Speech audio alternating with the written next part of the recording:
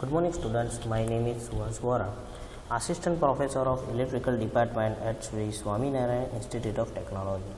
So we are already start the subject the power system operations and the control, and the chapter number 1, the automatic generations and the voltage control. So start with the new topic. We can see the previous topic. In the previous lectures we can discuss about the speed governing mechanisms, mathematical modeling and the frequency control system. So speed governing system is nothing but the single turbine generating system supplying the power to the load. हम जो जानते हैं कि जब generation system में जो हम turbine की कंसिडरेशंस करते हैं तो किस तरह से आउटपुट मिलता है. So steam is going to the turbine, then turbine is coupling with the generators, this generator rotating and this one is connected to the load, and here the governor systems, यानी कि यहाँ पे governor system इसलिए लगाया है कि हमको जिस तरह का जनरेशन चाहिए उस तरह को कंट्रोल करने के लिए गवर्निंग सिस्टम, यानी कि अगर लोड कम आ रहा है तो उसको स्पीड मेंटेन, टरबाइन की स्पीड मेंटेन करने के लिए हम गवर्निंग सिस्टम यूज़ करते हैं. अगर फ्रीक्वेंसी कम हो जाती है या करंट कम हो जाता है, वोल्टेज कम हो जाता है तो उसको कंट्रोल करने के लिए हम गवर्निंग सिस्टम यूज़ करते हैं. So these all system is called the speed governing mechanisms. So the control loop use in the generation system for the stabilities are the frequency controls, then automatic voltage controls. Now start with the frequency control की बात करते हैं तो component of the steam turbine is the flyball speed governors, then hydraulic amplifiers, then linkage mechanisms, then speed control mechanisms, speed changers. Now अब बात करते हैं हम flyball speed governor. So it is the error sensing device in the load frequency controls, and it includes the all elements that are directly responsive to the speed and the influence of the other of the system. So you can see here के fly ball, जिसमें ये जो आप देख रहे हैं जो दो बॉल्स, ठीक है, वो वेट की वजह से स्ट्रेच होते हैं और अप एंड डाउन मूवमेंट होगी. Then after the hydraulic amplifier, so it consists of the pilot valve and the main pistons, and they are used to operate the steam values. तो here के जैसे ही ये movement होगा जिस type का, उसी तरह से प्रेशर जनरेट, यानी कि हाइड्रोलिक एम्पलीफायर जैसे प्रेशर जनरेट क्रिएट करेगा. Then after the linkage mechanism, so it is have the nothing but the two grid linkage link. So these link system provide the movement of the control at the turbine valve with the variation speed also on the same time. So you can see here the movement of this, the one is the pilot valve and one is the fixed pilot points. अब देख सकते हैं कि जिस तरीके से movement होगा, आगे हमने जो हाइड्रोलिक एम्पलीफायर जो देखा और फ्लाई बॉल्स देखे, उसके हिसाब से ये मूव करेगा. Thereafter the speed control mechanism. So speed control mechanism is nothing but it includes the all equipment such as the level and the linkages, servo motors, amplifying device and the relay that are placed between the speed governor and the governor control valves.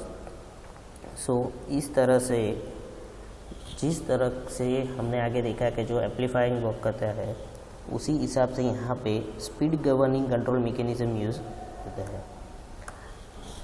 And the speed changer, so it is the enable the speed governor system to adjust the speed of the generator or the unit while in operation. जैसे हमने आगे देखा कि जो governing system है उसमें अगर speed change होती है या फ्रीक्वेंसी चेंज होगी तो वो स्पीड में इफेक्ट होगा. तो जो स्पीड चेंज हो रही है उसको सेंस करके उसको मेंटेन करने के लिए हम स्पीड चेंजर रखते हैं. So the generally the steady state norm speed regulation is nothing but the no load minus the speed weighted load divided by the rated speed. So these are the whole situations. Here the fly ball governing system, ये जैसे ही rotate करेगा उसके हिसाब से यहाँ पे point up and down होगा, उसकी वजह से यहाँ पे जैसे हमने वो एम्पलीफायर्स दिखा था वो वर्क करेगा अपर एंड लोअर्स, यानी कि जो अगर ऊपर होगा और लोअर जिस तरह से हमको स्पीड चाहिए उस हिसाब से। देन ये फ्लाई बॉल कनेक्ट होगा, देन आफ्टर द लिंकेजेस उसकी स्पीड चेंजेस होगा और उसकी वजह से यहाँ पे टरबाइन की फ्लो सेट हो गई। तो these are the speed governing mechanism systems. So the basic functions of the low frequency controls are the corrections of the steady state frequency deviations, then after the control of the tie line power flow, then distributions of the load within the available all the generator units. Now we can talk about the mathematical models. So mathematical model is represent the generator motor, then after the load model, turbine model and governor model. So now starting with the generator model. So the generator model, the swing equations give the generator model as you can see here. Then after the load model, so system load functions of the frequency is independent of the component and the frequency, so that the variations of the frequencies is depend on the d into omega. So the d is the 1.5%, then the 1% change in the frequencies. So these are the output block diagrams, and you can see here the final output. Then after the turbine models, you can see that the block diagrams, then after the governor models. So in the last lectures we can see that the speed governing mechanisms and modeling mathematical model. Now the today's topic is the load frequency controls, then load frequency control with the GRS systems and the flat frequency control. Now start with the load frequency controls. So load frequency control is the power system is divided into the various number of load frequency control areas and they are interconnected by the lines.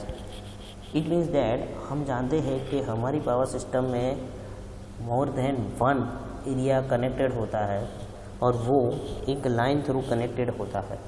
So the two areas is extended, the power system can be divided into the number of two areas load, and these are the connected with the tie lines. So without the loss of the generality,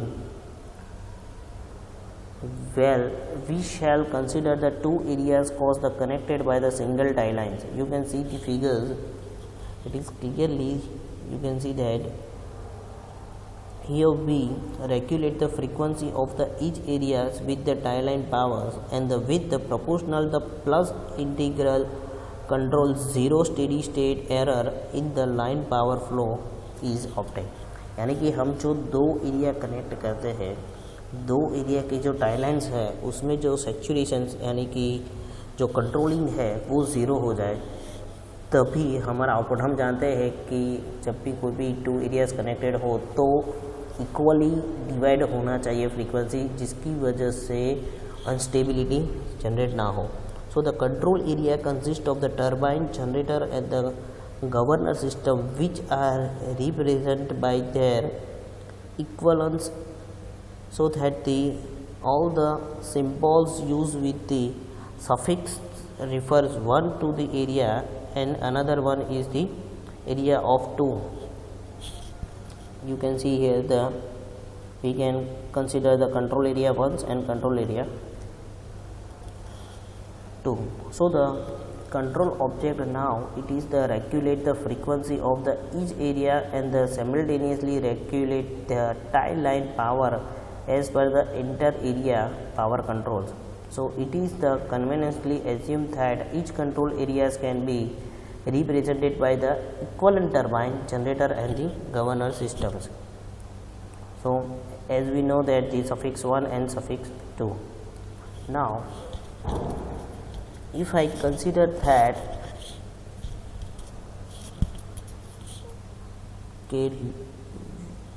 two areas shown the equivalent generating unit interconnected by the lossless tie line having the reactance is the X, and each area is given the voltage source with the equivalent resistance, so that the isolated control area cause the इंटरक्रेटेड यानी कि जो difference है power में generating and distribution, so delta G1 minus delta PD1 was the accounted for by the rate of the increase of the stroke kinetic energy and increase the area of caused by the increase in frequency.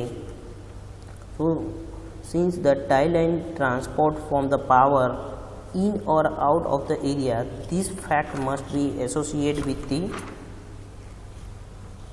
Incremental powers balance equal of the each area, यानी कि जो power increase हो रहा है उसमें जो tie lines powers है वो भी इंक्रीज होगा.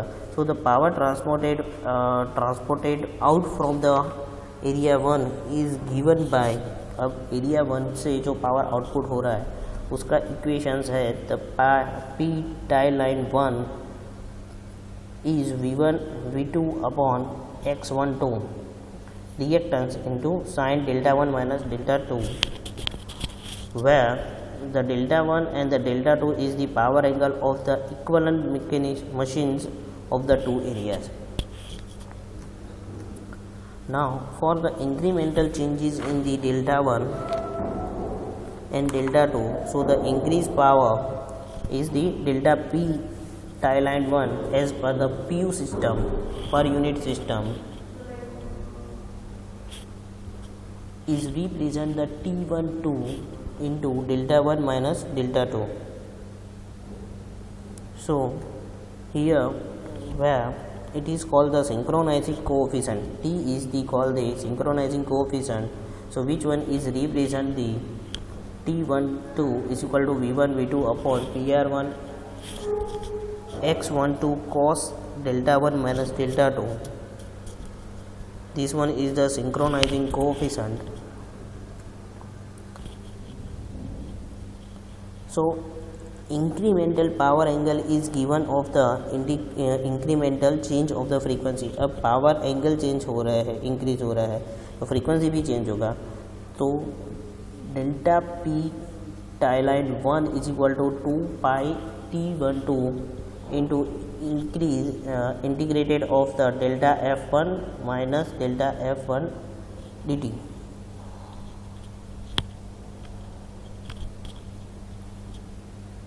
Sorry, F1 minus F2. So delta F1 and F2 are the incremental frequency changes of the area 1 and 2 respectively. So similarly the increased incremental tie line power now considered from the area for 2. So the similar way the pipeline 2 is 2 pi T21 at the bracket of the integrated delta F2 minus delta F1. So our equations of this T12 is similar for the V1 V2 V1 upon PR2 into XR2 cos delta 2 minus delta 1 is equal to the PR1 upon PR2 T21 area of T12 and T12 capital T. So the difference of the delta Pg1 minus generating powers into distribution power is equations. You can see here the 2H1 upon F1 into d by dt of the delta F1 plus V1 delta F1 or delta tie line 1.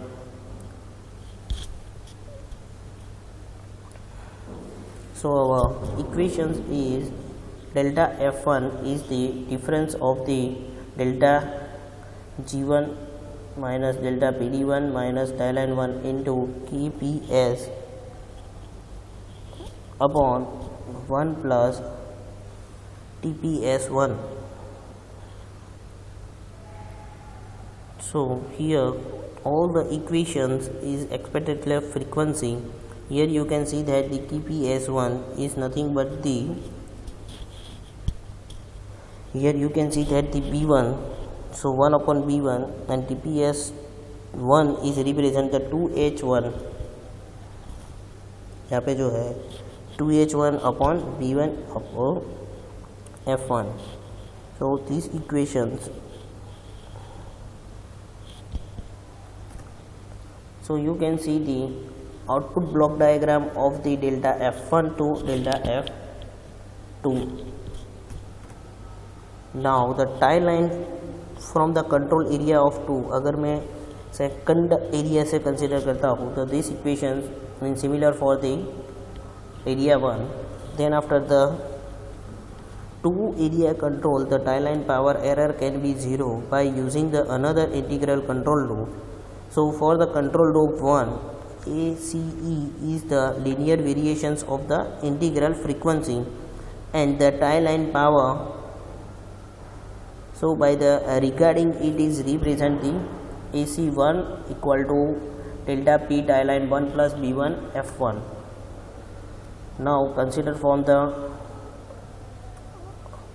area 1 and area 2 equations. So this constant B1 is area frequency equations taking the Laplace from the both the sides. Now the basic block diagram edge is here, so we can say that the delta P1 plus delta B1 delta F1 is equal to 0. It means the input to the input of the integrations block diagram is minus Ki by S. In similar way, Ki by 2 as second stride area, and the difference of the frequency 1 and minus 2 is also equal to 0. So we can say that the delta P tie line 1 upon delta P tie line 2 is equal to minus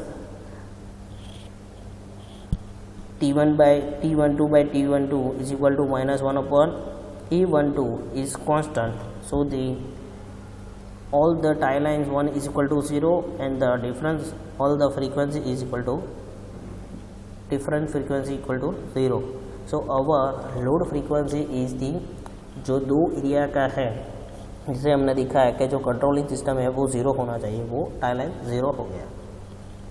So these are the mathematical representations of the load frequency control. Now the load frequency control with the GRS system. So load frequency control with the GRS means the generations rate constraints. So it is the system. In this system, the power plant or power generations can varied only at the particular maximum rate, and in case of the reheat unit, the generations rate are very small, nearly around the 4% per minute. So in case of the to reduce these limiters are added to the governor of the GRSC for the both the areas. So here the representations of the block. जैसे हमने देखा कि here the generator systems and the turbine system are coupling to each other, and here we can add the 1 upon D plus SM, यानी कि हम यहाँ पे generation rate constraint use कर रहे हैं.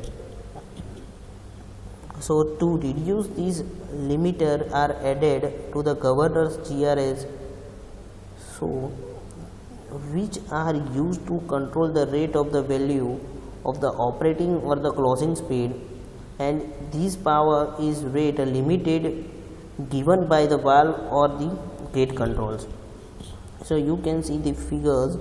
Actually the GRSC given the larger change in the systems, and as the rate at the which governor generations can be changed in the area is controlled by the limiters. So these are easily explained in these figures. You can see that how to control the system. Here the LFC model, here the control system.